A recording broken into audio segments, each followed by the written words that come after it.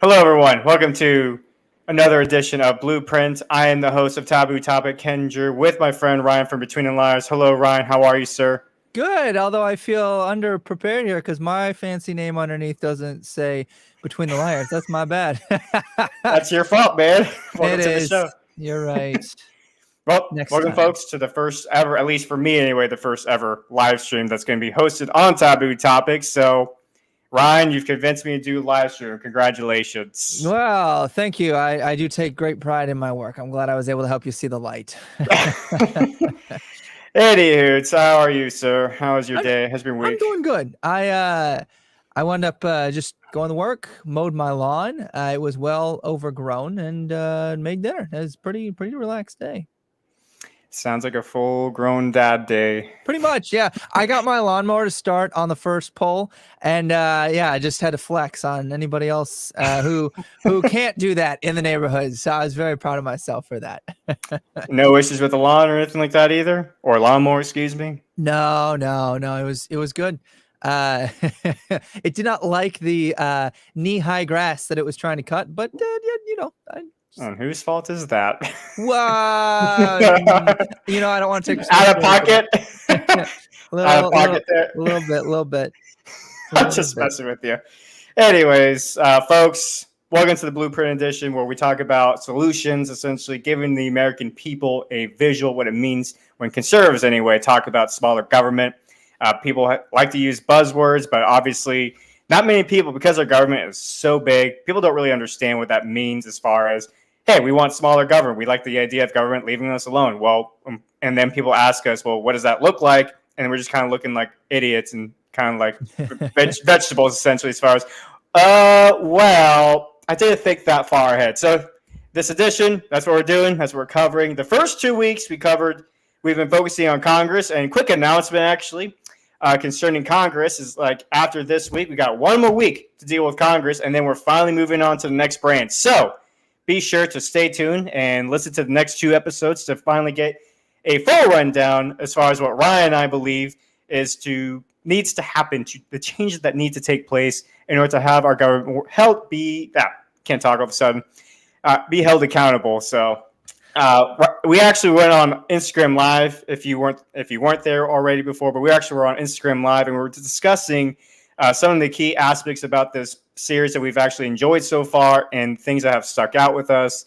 And one of those things, Ryan, that stuck out to you and I was the fact, as far as how much the criticism of the anti-federalists have actually aged well versus the federalists. But we also put in perspective as far as in hindsight, the times that the Federalists were under, the time that America was under at the time, it made sense why they wanted to ratify the Constitution and just at least have like a baseline before we actually got the party started, essentially. Yes.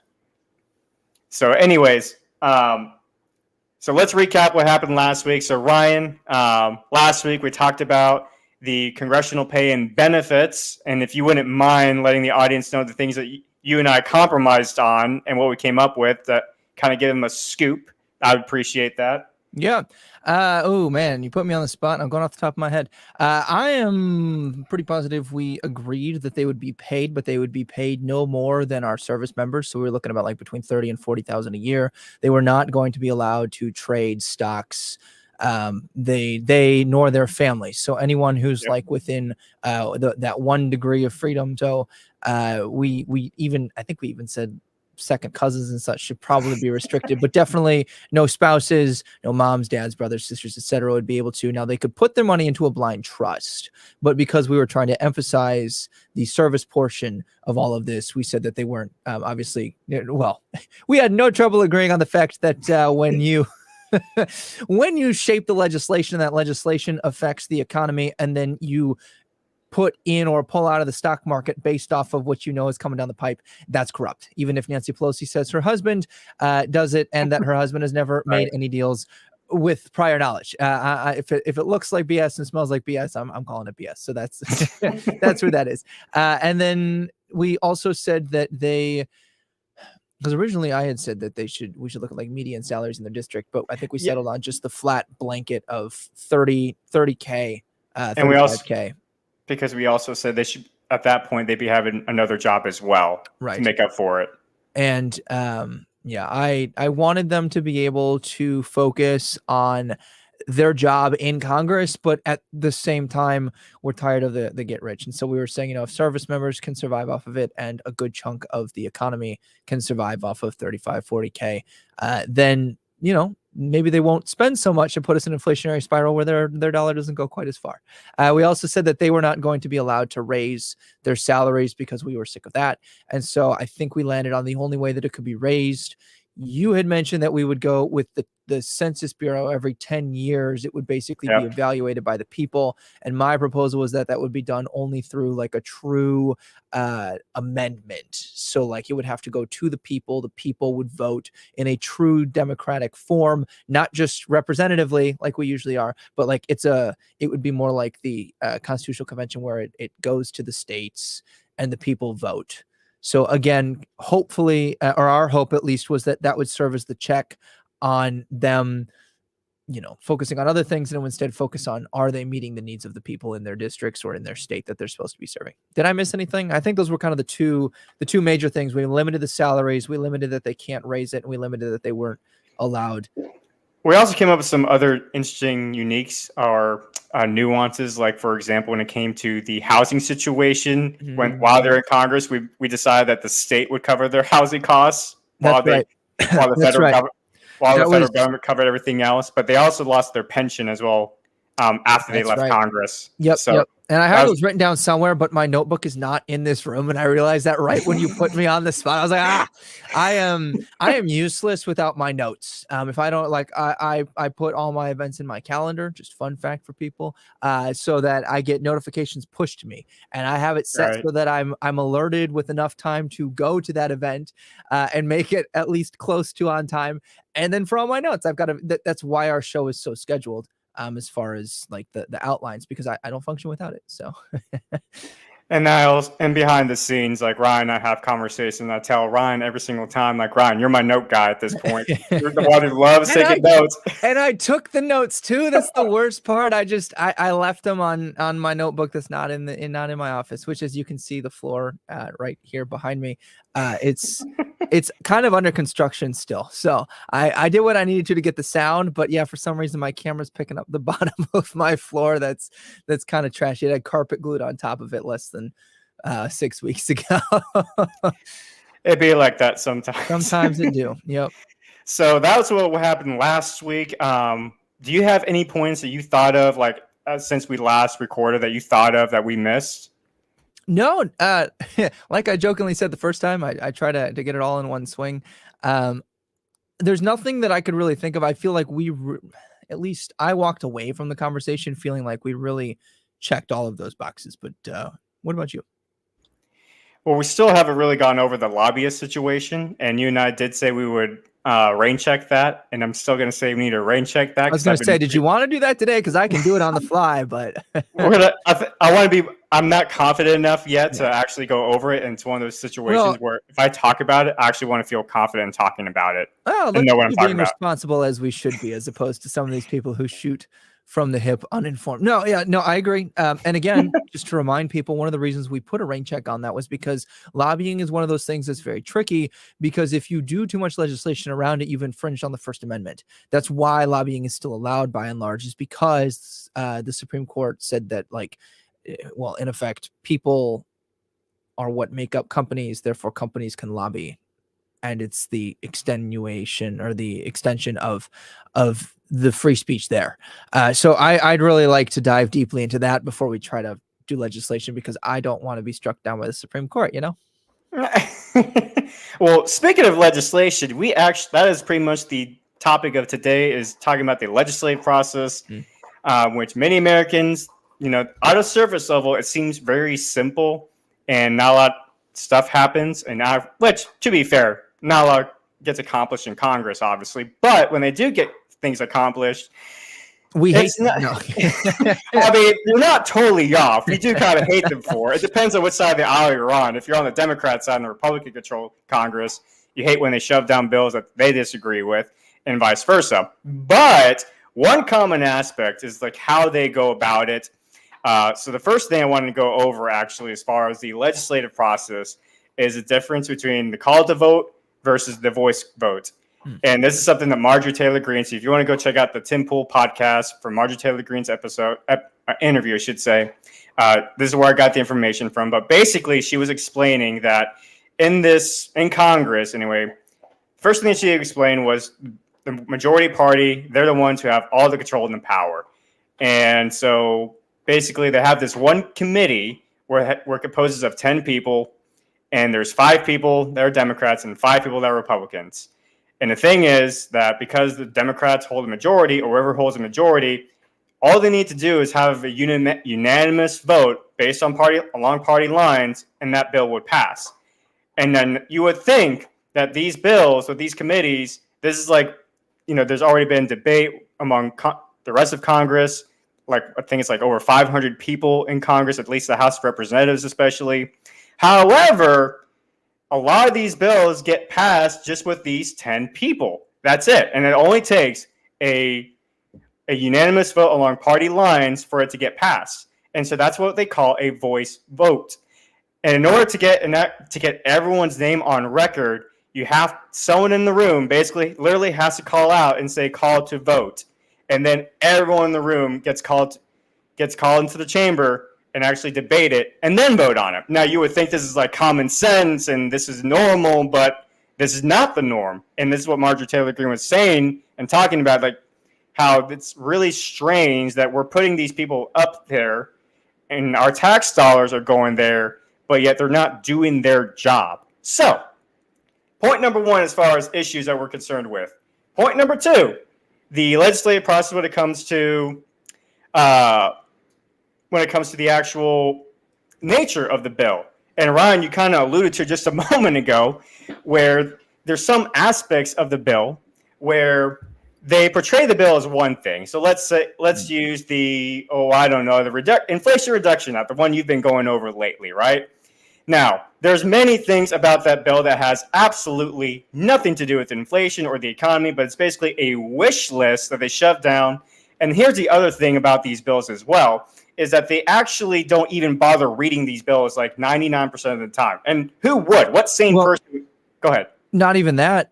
They will put these bills up for a vote with like an hour once the committee solidifies them, they'll give everyone else an hour. That's not enough time to read. I mean, you see how long it takes me to go through in our Bill Me segments, the 757-page bill that they just passed. It took me 3 sessions skimming through them. They cram all kinds of crap in there that you don't have the time to read. So that's not even just like they don't read them.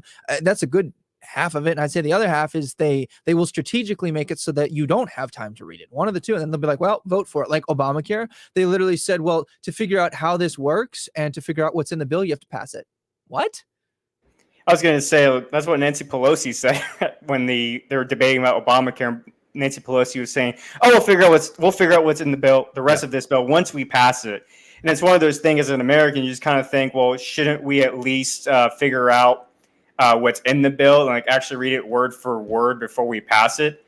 And 99% of the time they don't read it. And what sane person, again, would actually read over hundreds of thousands of pages of a bill? That makes absolutely no sense. It's the one thing they're paid to.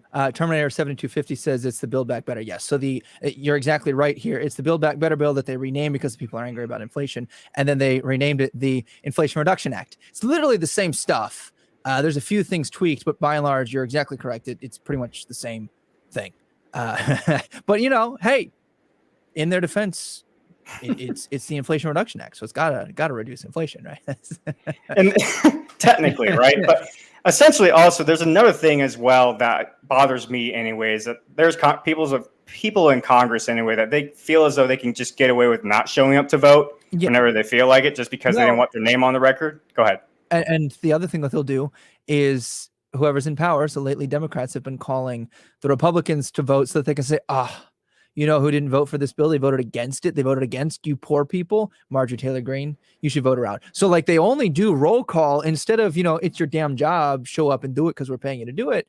It's become, well, who can we castigate? Because we know that, we'll highlight the line item at the top of the bill, which is inflation reduction. And then we'll talk about how we put in a cap on insulin. And then we will use roll call to force people who don't want the rest of the crap in the bill to come out.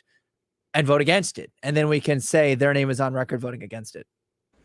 The evil Republicans, they're trying to make you poor, starve you. That's it's a good political tactic, to be honest. Well, Ken, I mean, if you voted against the Inflation Reduction Act, did you know that they were part of the bill had to do with just one section of it? It had to do with putting like green energy things in impoverished communities. So you hate impoverished communities if you vote against that. I mean, it doesn't matter the price tag attached to it. You hate impoverished communities. even though those policies actually hurt those impoverished communities even further. But what do I know, right? Yeah. Well, I mean, I think that this does really highlight nicely when you've got an omnibus package, like you've got this bill with just a monstrosity of everything that's in there. They pass. In part, when we touched on this in the pre-show, in part, it is Ken doesn't like this part that I've put in there, so then he puts something else in there as a compromise. And that used to be the way that it is, but now it's just become, and I'll give you the best example is the Inflation Reduction Act again. They should not have been able to pass that bill with a bare majority. 50+1. They needed a filibuster-proof majority, so 60 votes. But did you know that budget reconciliation only requires a bare majority? And there's a limit to how many times you can do it. I think it's 3 times in a legislative session. So they basically got 2 to 3 bullets in their chamber, and they used one of them on that. And they got it by with the bare majority along party lines in the Senate. And then Kamala Harris was the tie-breaking vote. And the way that they got this through is that they said, well, it has some tax and budget things in it, so we can do this with budget reconciliation. So they passed a conglomerate bill with things like massive restrictions on things that they've said are affecting climate change, massive. You shouldn't be allowed to pass tax reforms. I don't think you're allowed to with simple majority. You can pass budget reconciliation, but you can't like drastically alter tax. At least I don't think you can. I could be wrong on that, but the rest of the stuff I know for sure you cannot. And I talked about this in the Bill Me segments. What I think they've done is they've effectively destroyed the filibuster, because the next time Republicans are in control, because it swings back and forth, and people forget this. There will come a time when Republicans are in control, and when Republicans are in control, there will come a time when Democrats are back in control. That's the way that it is. And what they've said as the precedent now is that as long as you throw in something to do with the budget, you can get whatever you want done with the bare majority, and you can use one of the bullets in your chamber of budget reconciliation to get it done. Mark my words, next time Republicans are in power and they pull something like this, Democrats will be like, how dare Republicans? They've destroyed the institutions, just like they did when they broke the filibuster vote for confirmation for Supreme Court justices. The reason Trump rammed through 4 justices is because Democrats set that precedent, and then they dislike it when it comes back around. So it used to be that this was, a way to get something done so we didn't have gridlock, and now they've changed it to, not enough people got in here for the will of the people to be represented, so I'm just going to cram this through on a bare majority vote. Well, whatchamacallit? I was gonna point out when Harry Reid was the Senate Majority Leader and he was cramming through their federal judges at the time. Yep. And I think it was actually Mitch McConnell who warned him at the time, which, don't get me wrong, I don't like Mitch McConnell by any means of the imagination. And he's in my state now. It is what it is. But the point is that Mitch McConnell literally warned that this, what you just talked about as far as like, well, you're setting a new precedent now. If you're going to do it, then we'll do it too. Yeah. And at that point, it's revenge politics. It's not, not necessarily that I agree with it, but at the same time, if you're going to play dirty, I don't blame them for playing dirty back at the same time. And this is where Blueprint comes in for me, because I don't think that there should be a nuclear gun that the government can hold towards each other at all. And I say that hyperbolically, but I mean, also, we've got that literally, but as far as like Senate nuclear options, like it's literally called the nuclear option. Let's abolish the filibuster and then let's cram through all of this other stuff on a bare majority vote. I don't think that you should have that destructive of a weapon as an option. Once Democrats break that norm, though, and historically, they're the ones who break it, and then they tend to get mad when Republicans use it. I don't think Republicans should use it, but like you mentioned, I also think that, if those are the rules that are set, playing by the rules, you can't get mad at them for that. So I wish that the precedent hadn't been set and that it hadn't been used, but here we are. And I am most afraid that this will now be the landslide way that we go. Like, you've basically kicked us over the hill with the avalanche. There is no stopping this now, because Republicans will say, well, you pushed through things we thought were garbage. Stop us now. Good luck. And that's just going to be the way that it is forever and always, I think. Well, that's assuming, of course, Republicans take control back of the House or Congress even. And I'm not even talking about necessarily this voting season. Like, I mean, I think the polls are saying that, they've got a good chance to at least pick stuff up, depending on what polls you go with. But eventually it swings back the other way. The other shoe drops at some point, even if it's not this particular round of voting. True.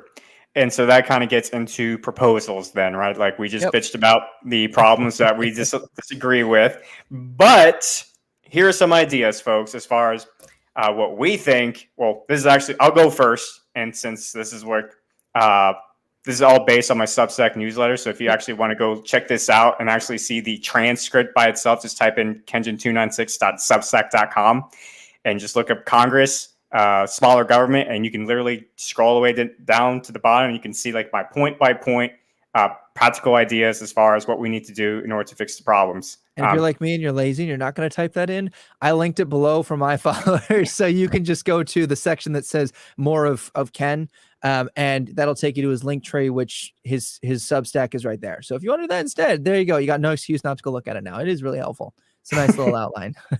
Yeah. So what we've been doing the last couple of weeks is like, I will lay out the proposals that I've written before in my Substack news article. And then I'll let Ryan take the floor, and I'll let Ryan go point by point. And then I'll let Ryan also come up with his own ideas and his own proposals as far as like, this is what I would want as far as how to fix these problems. So this is where the fun begins, folks. This is where the actual Constitutional Convention.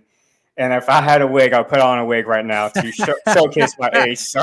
I've got a picture of when I dressed up as George Washington for President's Day in kindergarten. I wore my grandmother's wig, and it's great. I wore my younger brother's. I mean, I was 5 at the time, so my 2.5-year-old brother, I wore his pants because they were too short, so I had like the knickers. And then my dad's like long socks. I'll post that somewhere. It's pretty humorous. I found that the other day. All right. So, and yes, Terminator 725, I agree with you in your last point as far as Republicans being nice makes us lose. I agree with that. So I think for a long time, I think that's one of the reasons why we're getting a lot of MAGA candidates beat out the incumbents, the rhinos, as the new Republicans are calling them now these days. And I'm proud to say I voted in the primaries, and I voted for what I consider to be rhinos as well. So I'm tired of losing as well. You say you voted for them or voted against them?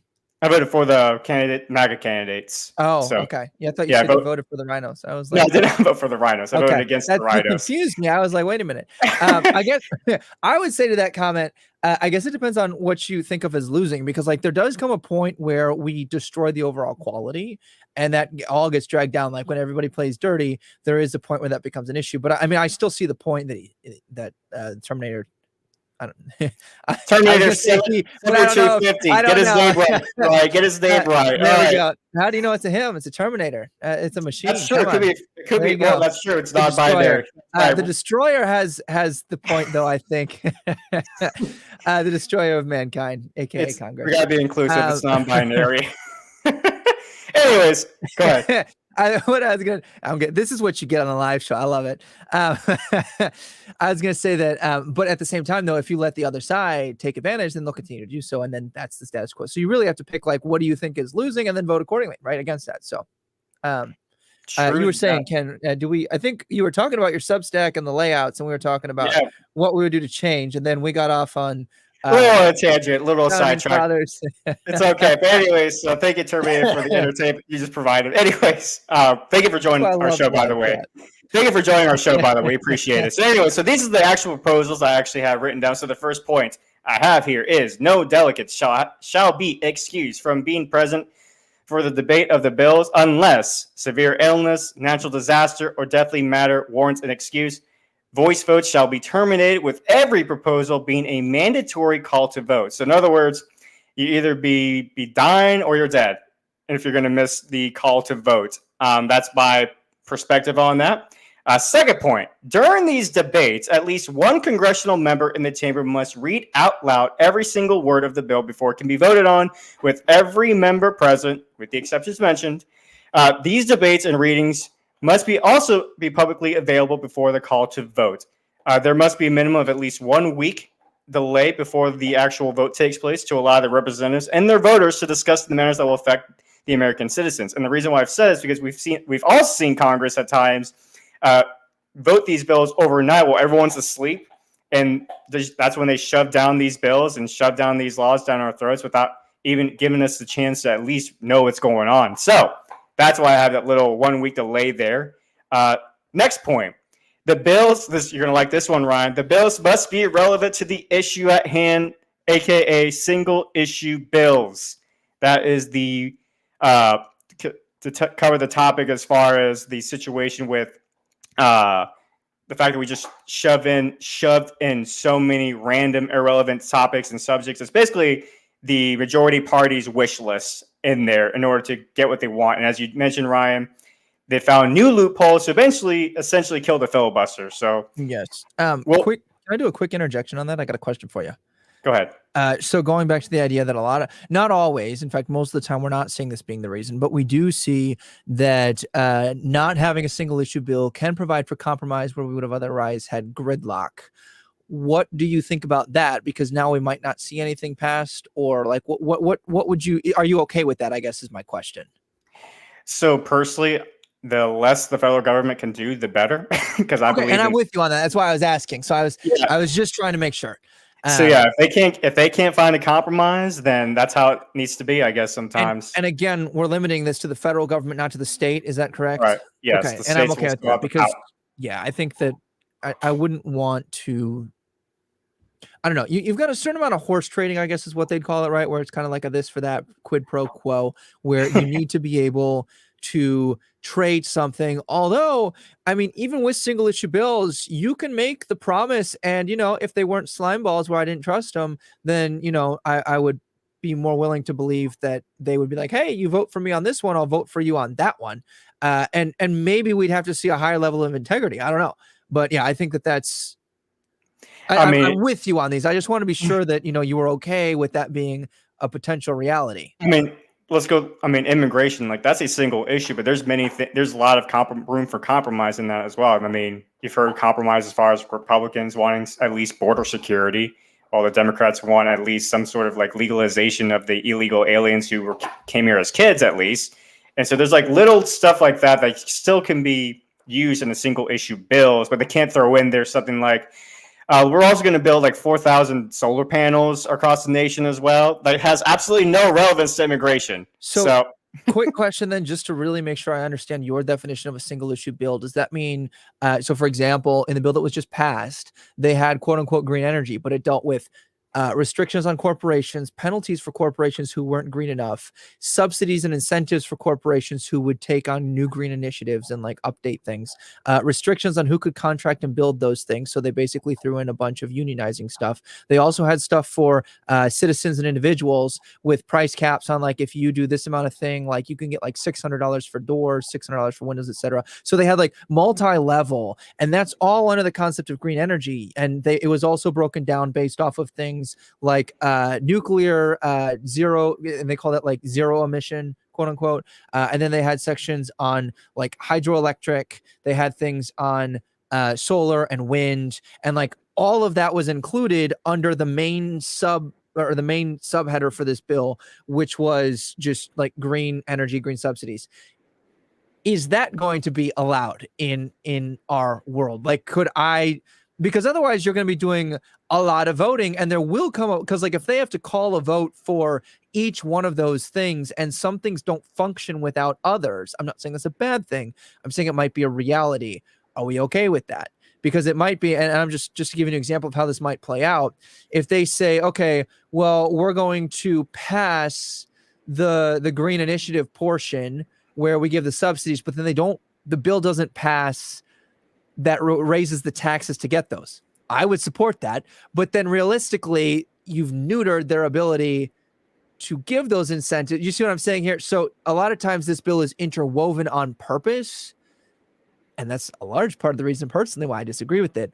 But I just want to see if you're okay with limiting it that much, that it's like, okay, this bill has to only deal with we could even say like the housing in general, so like windows, doors, etc., for individuals. This bill has to do with subsidies. We're reducing these subsidies here, like, because there was like 700 line items that they dealt with.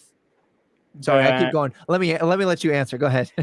Well, that's an interesting caveat I did not think about, but that's what you're here for. I only thought about it because of the huge ass bill that I just read through. So that's an interesting caveat. So basically, so what would you think as far as would be fair scenarios? Oh man, I gotta think. Come on, I asked the question. Okay, fine. That's fair. That's fair. I guess for me, I guess I could compromise to that as far as like, listen, we'll make two single separate bills. One bill that actually deals with the actual policy of immigration, and then the other bill has to do with the actual monetary policy of immigration, like how we're going to fund the wall, for example. Okay. So I can compromise to that idea. Now, I will say, at the state level, they don't necessarily require that. California would be a great example of that because they passed something about healthcare for all, but they didn't pass the funding that they needed to subsidize it. So the bill was basically a virtue signal, and we get a lot of those anyway. So it's not unprecedented. It would just now not be required. Like, I think it was like I don't know if it was incompetence or oversight. It's probably both, given that it was, a governmental issue. But basically what was said, to summarize the politician who proposed it, we'll worry about funding once this passed. Well, I just thought of this idea then. Let's take immigration back for a second, right? Like, I think it's ridiculous that the federal government has that much power over the state that actually lives next to these border states that actually live next to Mexico, for example, and they can't really do anything about it, supposedly. What if we actually came up with the idea, as far as when it comes to like monetary issues like that, let the states have the power to fund them and finish the project, and the policy aspect just gives the states the power or the right to go ahead and continue with that project. So you're saying the federal government retains the power to pass the policies, but the state has to garner the wages to like be able to put it into effect. This is the issue that would arise out of that, and I'm not saying that this is a reason not to do it, but here's the reality, I think, of what you'd be dealing with. States would not have the power they still wouldn't have the power to secure their own borders in that instance. They would have to rely on the federal government to do so. And then the federal government might say that we want this specific thing, but the states really want this, right? So let's say that they're like, well, you can't build a wall, but you can, I don't know, you can build more cages. This is just a hyperbolic example of like a legislation that they might have where the states don't want that, right? Or they might say, well, you can, I'm trying to think. There's some ways where the federal government is kind of like a big FU to the people and to the states, but it's something along the lines of like, well, you can build more cages, but you cannot increase the number of people who staff those, right? You see what I'm saying? Like the federal government getting control of those things, I feel like would still completely neutralize the state's ability to do anything.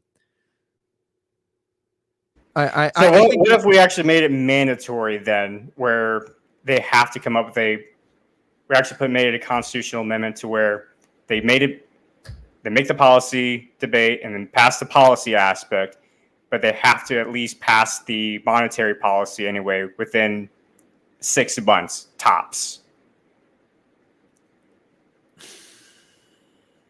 That way it's not just a virtue signal scenario. My concern with that, I'm going to stop saying the issue because it's not necessarily there's anything wrong with it. It's just my personal concern. My concern with that is a lot of times these negotiation games are a game of chicken, right? And when you put a clock on it like that, my concern is that someone will try to pressure someone else. Like one party will try to pressure the other, or even people within the party will try to pressure it, or else we're going to run out your clock. Like, you don't even like within the party, right? So like you get like AOC saying, I need you to pass this other bill. It's a separate issue bill and it's not being passed at once, but kind of like they did with the Build Back Better and the infrastructure stuff, or like the and then the bill that they held it up with was for the budget approval for the federal government. It almost went into shutdown. I feel like we would see more of those, and the government would be in a perpetual threat of being shut down. And when the government gets shut down, service people don't get paid. Like there's a shit ton of people who do not get paid. And that would be my concern, is that you now have created a whole bunch of pawns. Well, I want to bring up this point that the Terminator just brought up. What if we actually made it to where for every policy that gets passed and they cannot come up with a monetary policy afterwards, the bill that was originally passed gets expired at that point? That could actually work. Again, I think you're still going to deal with the clock. I think that my biggest concern would be that someone would try to like get their other issues out, but because we're limiting this to single issue bills and because we're making it so that they have to read everything from the floor, I feel like that really cuts back on my concerns there. I'm almost wondering if we're not going about this the long way and instead could just say you've got to pass your funding and your policy at once and you can split them if you can't agree, but like in general they should be proposed and passed together. To an extent. Yeah, I can see what you're saying. Because like I guess my question then would be like, why would we even, not that like they have to pass these at the same time, but I'm trying to think why they wouldn't if, I don't know. So I guess maybe then we would need to broaden our definition of single issue means that it includes one issue and the funding specifics then. So like that might also include any tweaks for taxes, let's say. So like if they just could go back to the Inflation Reduction Act, I'm just going to start calling it the Inflation Act. To go back to the Inflation Act, thank you. You can pass the tax code changes on these corporations relevant to your bill. So like you can't just pass all of these tax code changes, but the ones that are like, we want to garner this money through fines for people who don't comply, you could include the way by which you are going to be raising and generating your money in that bill. What do you think of that? Yeah, I mean, when it comes to, I mean, that kind of goes with what I was saying earlier as far as the more broader definition of single issue bills. As long as it actually is relevant to the issue itself, I think that I'm okay with that. I could live with that personally. What you call it? Yeah, I don't know. It's part of me is okay. A part of me likes the idea at the same time, as far as just separating the two bills per se, as far as like one for policy, one for funding. But at the same time, you don't want to run into a situation like California where they passed universal health care for all, but they also weren't able to pass the funding aspect. So at that point, it's just virtue signaling, like you mentioned earlier. So I can see myself compromising to that, but let's move on real quick and go to my last 2 points I wanted to bring up real quick. My last 2 proposals. These requirements shall be applied for both chambers of Congress. Failure to meet these expectations shall warrant the impeachment process, and anything not covered in this amendment shall be subject to Article 10 of the Constitution. So that is my proposals that you can find on Substack. Go ahead. When you say subject to Article 10, you just mean delegation back to the states, or delegation back to the states? Okay. Delegation back to the states. Yeah. Okay. So yeah, that is my proposals. Now, Ryan, take us point by point, what you liked, didn't like, and what would Ryan, if he were king of the castle right now, and he said, this is the changes I'm proposing today, what would Ryan say?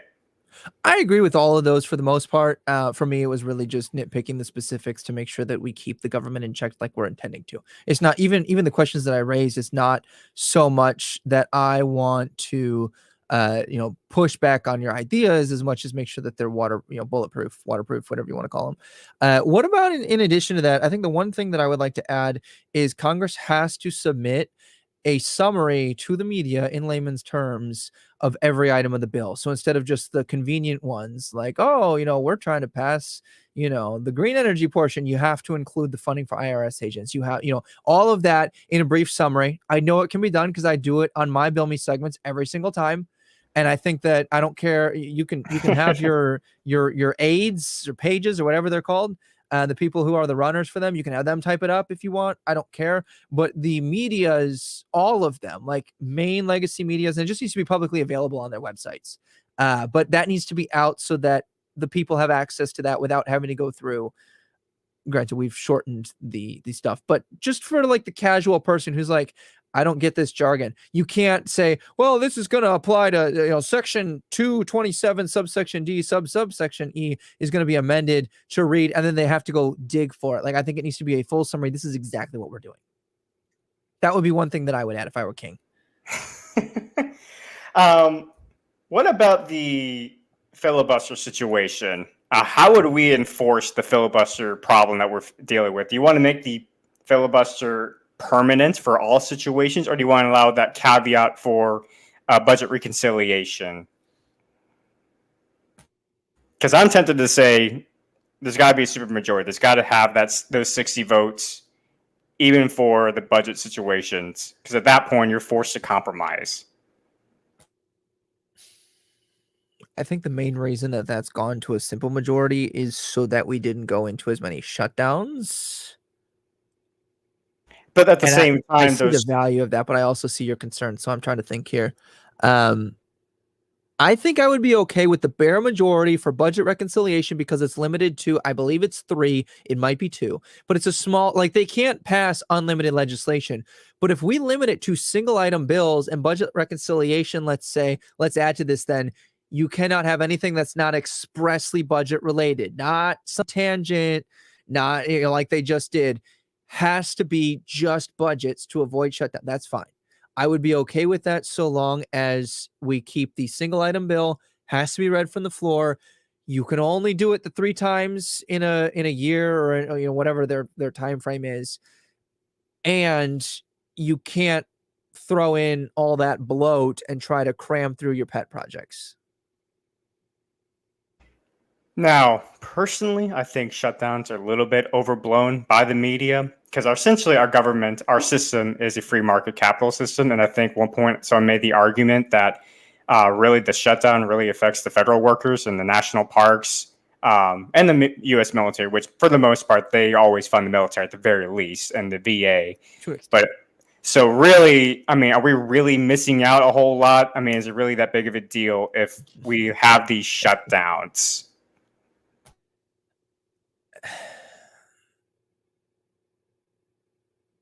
I think it depends on the situation. I think that some people can afford the shutdowns more than others. I've known people where like their family was dependent on it and they weren't able to make, because like landlords, etc., like they don't really care about that at times, most of the time. So I think that there are people who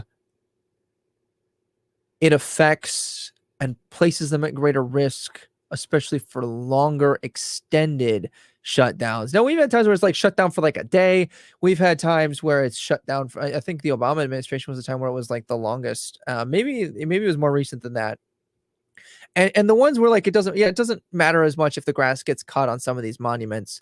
But the other thing here is these people have to keep going to work, right? And they do get back pay, but they're not getting checks. And Terminator does make a good point. The military has to remain on duty, and they're like anyone who's I think there's like tiers to this, right? So like obviously like FBI, CIA, like these people all have to continue despite a shutdown. I think it also bothers me because when we go into a shutdown, Congress basically adjourns, don't they? Or at least that's how they've been treating it. So, I mean, what incentive is there for them? They're getting paid the $275,000, $175,000 salary regardless. So I don't know. I guess. So what if we added the caveat to where if they do shut down, Congress also loses their pay as well, and also add the caveat maybe to where they can get away with passing a simple majority for the military, but for everything else, you have to get 2/3 of a vote. Why would you allow the exception for the military? Because the military remains on duty. It's a matter of national security. So that's why I would argue the military should have that caveat. I don't think the military's pay should be in question, or even the federal workers like down at the border patrol agents even. So let's make some caveats, I would say, that actually deal with national security issues.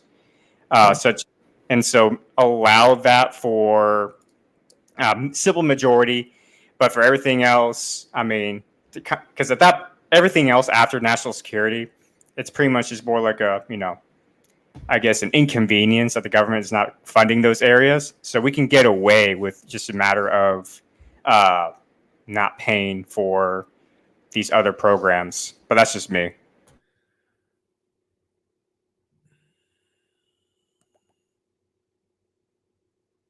trying to think.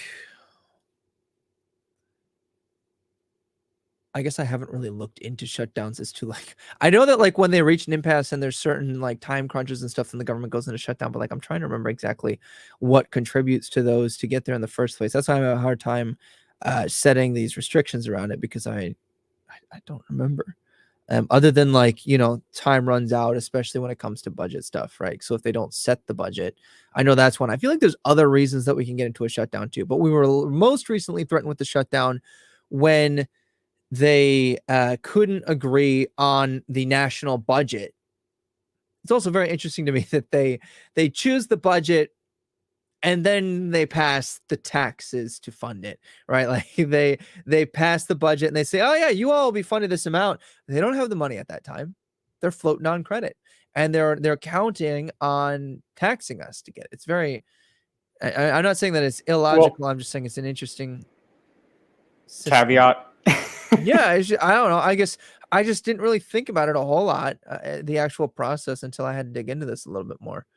I was just thinking as well, as far as like other social welfare programs would it be affected. I just not thought of like Social Security, for example. I would imagine that would be affected by shutdowns. It would be.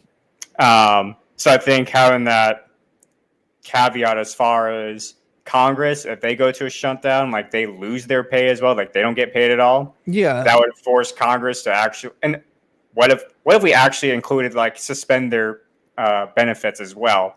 If you take away their benefits to where now they actually have to go pay for their own food kind of deal. Now they're actually incentivized to get off their asses essentially, and come to a compromise and go ahead and go ahead and actually pass the budget. And Terminator 7250 brought up that Social Security, Medicare, Medicaid, they're all affected. So thanks for that information, Terminator. Welfare, another one that they brought up. So like WIC and food stamps, etc. So and that's why I say that, like, it really depends on your socioeconomic class and what you do, whether or not you can. And that's also going to be on a person-to-person basis, right? Like the ideal is, we're told you're supposed to have 3 months of, reserve cash. Not everybody can. Not everybody does, right? Sometimes that's I don't make enough for me to be able to set aside that much. Sometimes it's I just blow my paycheck. So it really can vary person to person for a lot of reasons in a lot of ways.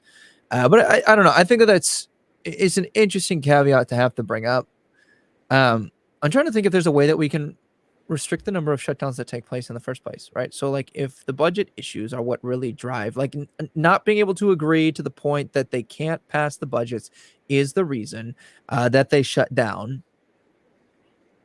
We can go nuclear and say that if that happens and they can't get it with the 50%, then all of Congress is suspended and we do a new election for the whole Congress.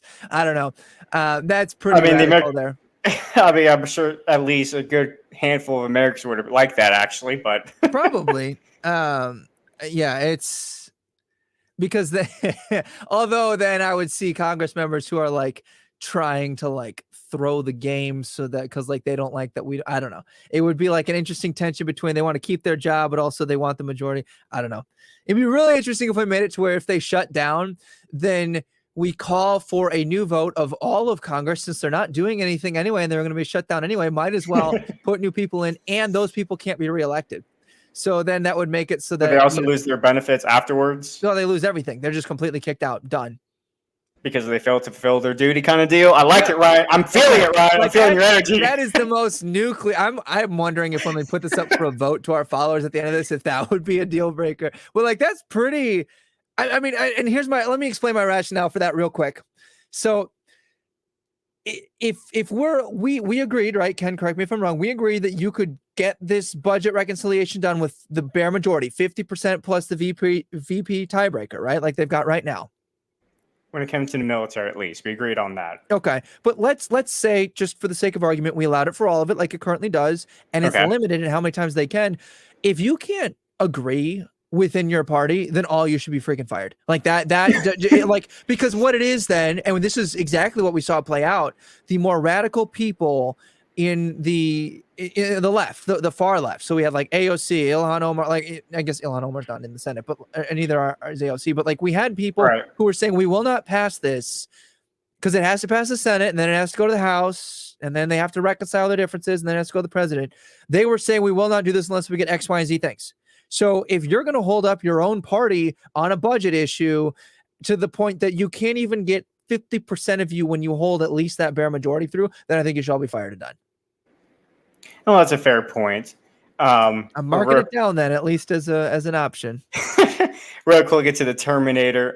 We'll actually cover the cabinet members. We'll actually talk about other welfare programs down the road and everything like that. So stay tuned for that.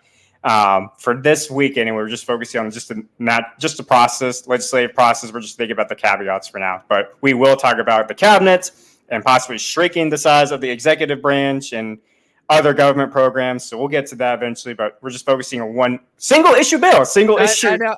And that was my suggestion. You're welcome. Cause I was like, man, so many times we get out of here, we don't get to cover it as in depth, or we go on for 4.5 hours. And then, right. Anchor was kicking us off.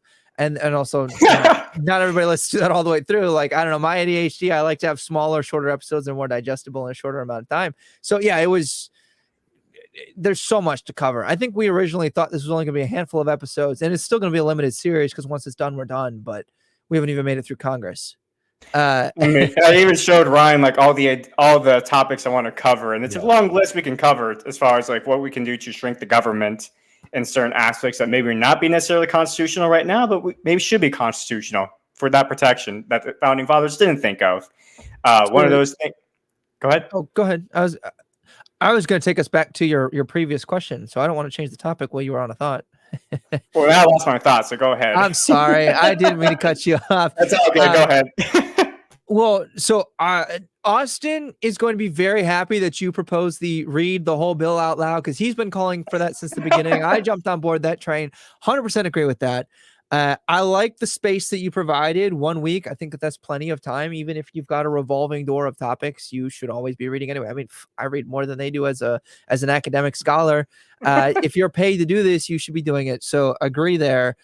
You said no exceptions for roll call. My question is, what if you have family emergencies? What if you have because even though it is a full-time job, even the crappy jobs do provide certain amounts of leave.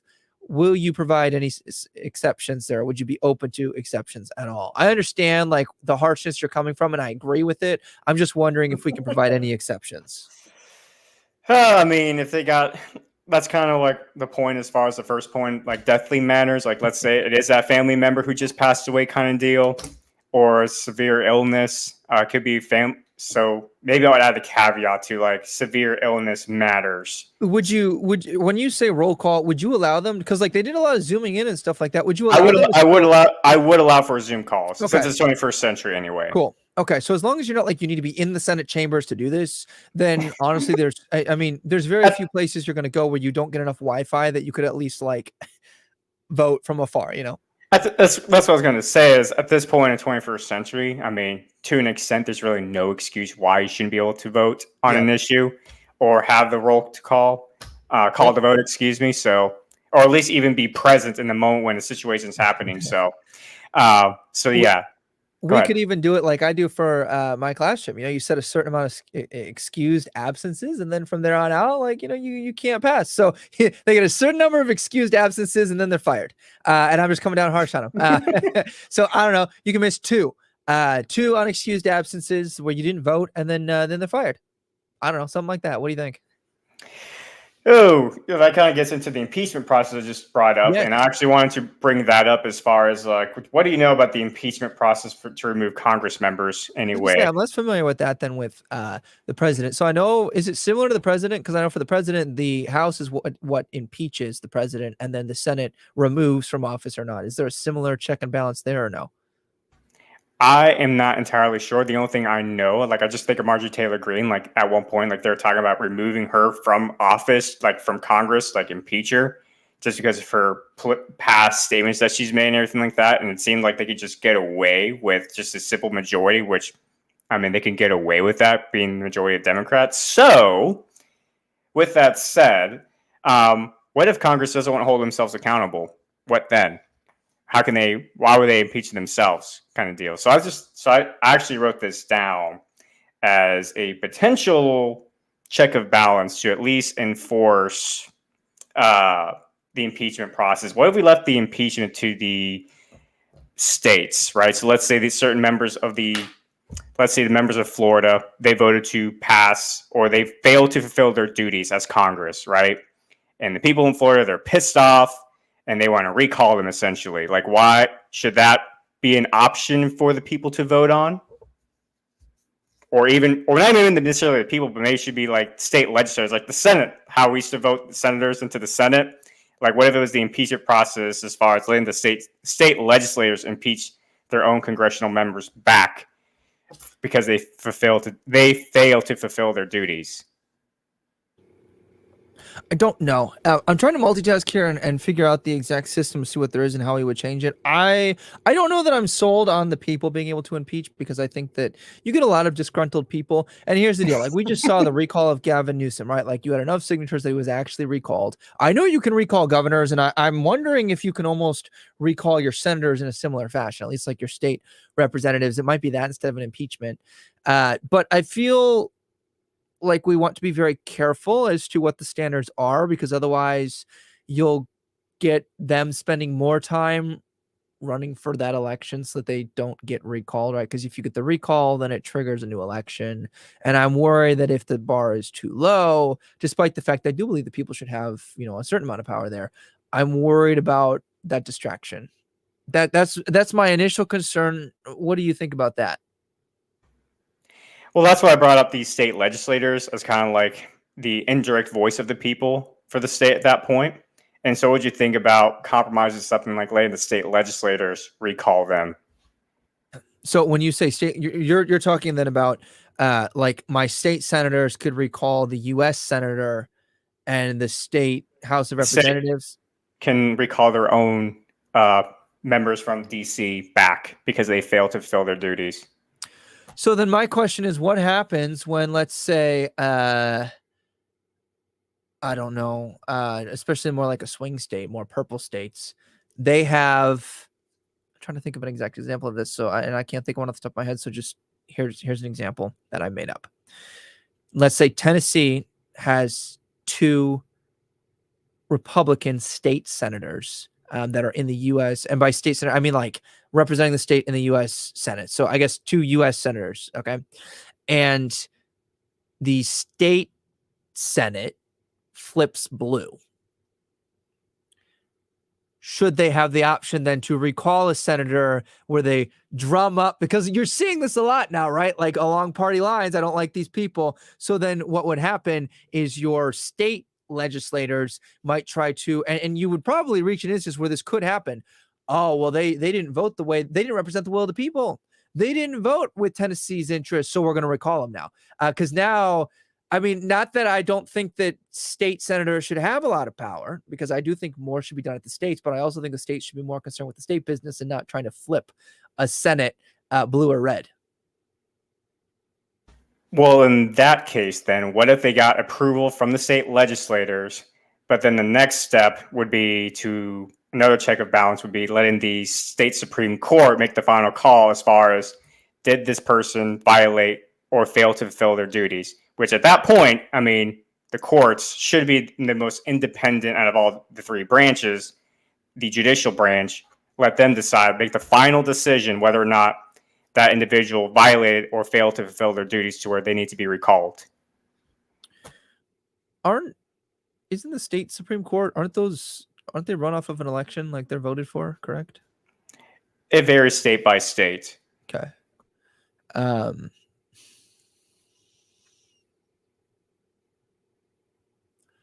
I guess I'm just most worried about how this can be politically manipulated. And there's always going to be a way that it can be. I know we're just trying to minimize this. I'm trying to think if there's a way that we can impose limits without expanding any of these governmental powers. Because it does worry me a little bit trying to get this power to either your state like legislators or even your state Supreme Court. I know they're supposed to be more impartial, but that doesn't mean that they always are. And I'm worried that they would be more activated. You know what I mean? Like, I feel like the more that an entity has power to do something, the more they're either expected or pressured to do that thing, or they concern themselves maybe more than they should. Like, that's just kind of an avenue. Once you open that door, you can't close it. That's my concern. So what if we just leave that portion then, as far as the recall aspect, state legislators focus on the Senate, and then kind of going back to how we used to vote for the House of Representatives and Senate, with the state legislators voting for the Senate, and then like just let the vote midterm elections be the referendum of these people, of the House at least, as far as whether or not they want to keep them or not, or they feel as though they fail to fulfill their duties.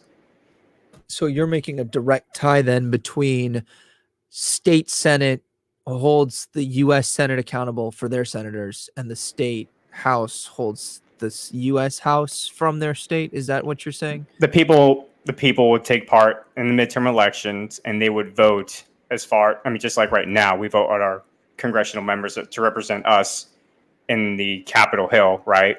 Yeah. So why don't we just make that, just keep it simple, stupid, right? Yeah. And Terminator 7250 says state legislators could initiate the process, but a total recall would have to be voted on by the people of the states. Is that kind of what you were getting at there too? That they might initiate, or are you saying that they would be the ones to vote too? Because I could see it going one way or the other. Well, that's an interesting idea, actually, as far as like let the state legislators decide whether or not they fail to fill their duties, and then let the people vote. Decided by the people. Yeah, actually. That's actually a good check and balance right there. Yeah, thank you. You're part of the Convention of States right now. Thank you. That. No, I do like that, because then you don't have, because again, that puts out my biggest concern there, which was that you're going to have state people trying to activate and flip the U.S. Senate or the U.S. House, and then it would go to the people, and then we would. So then, to just kind of summarize that, what we'd be doing is you would allow your state legislator, and we would tie it Senate, House. Yep. They determine whether or not, and they can vote. So they're almost bringing the articles of impeachment. So it would almost be like the Senate can impeach the Senate, the House can impeach the House, and then the people vote whether or not to remove them from the office by way of a total recall. So mirroring then the federal government impeaching the president. Except it's the states, the people in the states, we're giving that power back to them. I like that, because then you're truly giving it back to the people, and I do enjoy doing that. So, okay, let me just mark this down. You can carry on ahead. I'm going to mute myself so you don't hear my clickety-clack of a keyboard. All right, so we came to that compromise as far as how the impeachment process would work, and we came to...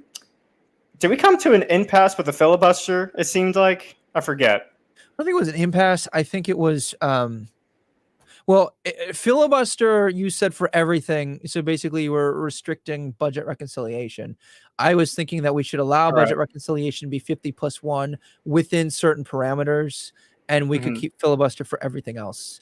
Honestly, I would even be willing to say that we would reinstitute the filibuster for Supreme Court justices. It's not a bad idea. And we can kick that specific filibuster down the road to that branch when we cover that. But just a thought, like if we really, I feel like we should let budget reconciliation within the parameters that I tossed out before stay the same. But if it's really something you feel strongly about, I'm willing to talk about that as a compromise too. I'm open to either. Let me come back to that. I want to marinate on that thought for now. Here's one other caveat, or not caveat, but just something to kind of go back to the single issue bills and everything like that, the nature of the bills. I want to be sure that Congress cannot take away or suspend the rights of the people or expand their own powers. How do you feel about adding that limitation? In general, it sounds good. Can you just be a little more specific on like things that you're disgruntled with right now, just to paint me a way? I mean, let's go to the Second Amendment, for example, right? Like, if we added like the limitation, I mean, at that point, they could not pass something, at least in good conscience anyway. I'm sure they could try, but with the compromise just came up with as far as the impeachment process, they would have that balance of check, but they couldn't pass or try to, or they would at least be incentivized not to do something stupid like that, like pass a pretty much broad gun restriction, more or less, pretty much an almost ban of guns, it seemed like.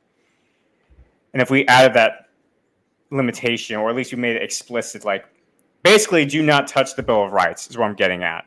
Yeah. The federal government should not touch the Bill of Rights whatsoever. So if the federal government touches the Bill of Rights, you're saying that that should be an impeachable offense? Yes. Through the process we just set up. Okay. Yep. So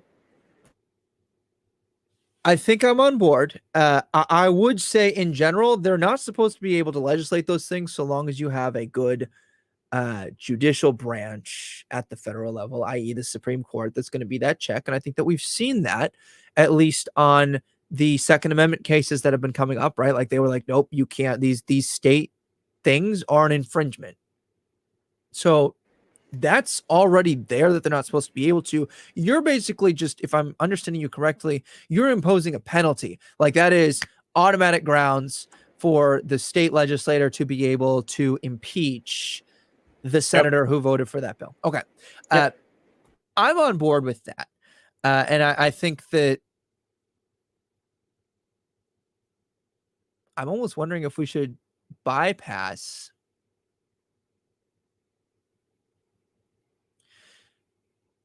the state legislator and just make it so that the people can automatically recall them,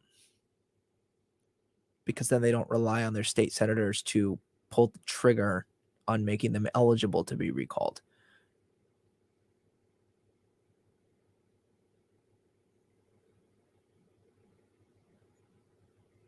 You're muted, Ken. Sorry. I was just saying, like, I still like the state legislature, because you brought up a good point earlier as far as like there's always going to be disgruntled people, and it's just kind of like that check of balance. Like maybe there's just some disgruntled individuals that feel as though they passed this bill, whatever, like maybe they came up with this tighter, or they made some strict whatchamacallit, let's say they passed a law concerning improving background checks, and some may take that, that's an infringement of my rights, and then and so like there's that extremist that we have to have like that check of power for. So I still like the state legislators still being able. Go ahead. I agree with what you're saying. Let me throw another caveat then that would be specific to like the Bruin decision. If your state legislator gets hauled before the U.S. Supreme Court, they automatically go to a recall. So like the New York state legislators would automatically be up for recall who voted for the Bruin decision, right? That like triggered that because it went to the Supreme Court and was deemed an infringement. Now it doesn't matter whether or not the New York state legislators want to call them. The people in New York now have the opportunity to impeach them if they want, like to like remove them from office. Other than that, it's up to the state legislators, but with that decision, and you're muted. I'm not getting used to this live show. Just leave it off. Yeah, I'm getting used to this live show, my guy. Anyways, I actually like that caveat because if the Supreme Court does decide, like, hey, this is unconstitutional, and we already came up with like the fact that they have to be on record that they voted, like every single member of Congress, so the people of New York, for example, can look up every member who voted to pass this bill that would restrict their rights, essentially. And they could just have an automatic recall or vote automatic recall within, let's say, within a couple months of them decide, or we can make it the next election year. I don't know. How would you want to do that though? Like, would you say like make it to like a couple months after the Supreme Court ruling that people should have should be on the ballot box like after those 2 months, or should it be like the next election cycle they can vote to recall them? Is it contingent on the thing being called unconstitutional, like the Supreme Court has to rule it's unconstitutional, or is it contingent on this has gone before the Supreme Court, now you're up for impeachment? Like, because one would make it so that anytime your legislation is borderline, then what do you think? I was thinking more after the Supreme Court ruling, like once the Supreme Court ruling decides that it's no, because what if the Supreme Court rules is something that the people don't disagree with? I don't know. That's an interesting caveat. I have to really think about that. Terminator says voting is the recall. Do you agree with that? Terminator's comment says voting is the recall. Yeah, sometimes, but here's the thing. Here's the one thing I would where I might disagree. My legislator might not be up for election because, depending on whether it's Senate or House, it's either 2 years or 6 years. So it might not be. Your state legislator or my state legislator might not be up for an election this fall, which means I can't voice my thing, my displeasure or my pleasure, depending on whether I want to reelect them. I'll have to come back to that. Let me circle. Chin Psaki. Yep. Circle back. And we will eventually. I mean, that's a good point, though. I mean, maybe we should keep it simple, right? As far as the law is not simple. That's true, but I really do like the idea of state legislators. Like, just something about that appeals to me as far as the impeachment process. I don't know. What do you think? Should we keep it? Let's keep it for now. We'll move on, but let's say for now, when we hash out the final version, we can decide to scrap it or not. But that's fair. Just like the founding fathers. We're just shooting from the hip right now. That's fair. We'll see. And that's true. Terminator, the American people, we do need to pay more attention to what's we started going these shows most of the time. I started paying more attention, trying to make it easy for other people to follow along, because it is. Yeah. I think the convoluted process is a lot of the reason why people don't. Yeah. So, all right. I think that's pretty much all the points that I wanted to hit on. I think we agreed as far as the single issue bills, like make sure the single issue bill was at least broad enough to where they included monetary policy as well, including the policy itself. So, with that said, folks, that is all for the legislative process. Unless you have anything you want to add real quick as far as some caveats that we'll go ahead and open the floor to you. But Ryan and I, at least I do anyway, I don't really have any other caveats I can think of to at least limit the power of the federal government and giving back to the states. I think I'm most proud of the idea of the impeachment going back to the states. That's the idea I'm most proud of us accomplished tonight. Going once, going twice. Sold. All right, Ryan. Yes. Close us out, sir. Okay. Well, remember, you can find both of our podcasts on Spotify, Apple, YouTube, Twitch, and Google Podcasts. And you can follow us on our social medias. If you want to follow @BetweenTheLiars, we are on Instagram. We are on Facebook. We are on Twitter. You can follow our live streams on Twitch, YouTube, and our Facebook page. Ken and Taboo Topic can be found at Kenjin_Express. He has the Substack newsletter as well, so that's a nice little bonus. And I will ask that if you follow Between the Liars, go ahead and follow Ken. And if you follow Ken, follow Between the Liars, because we have different shows, different schedules.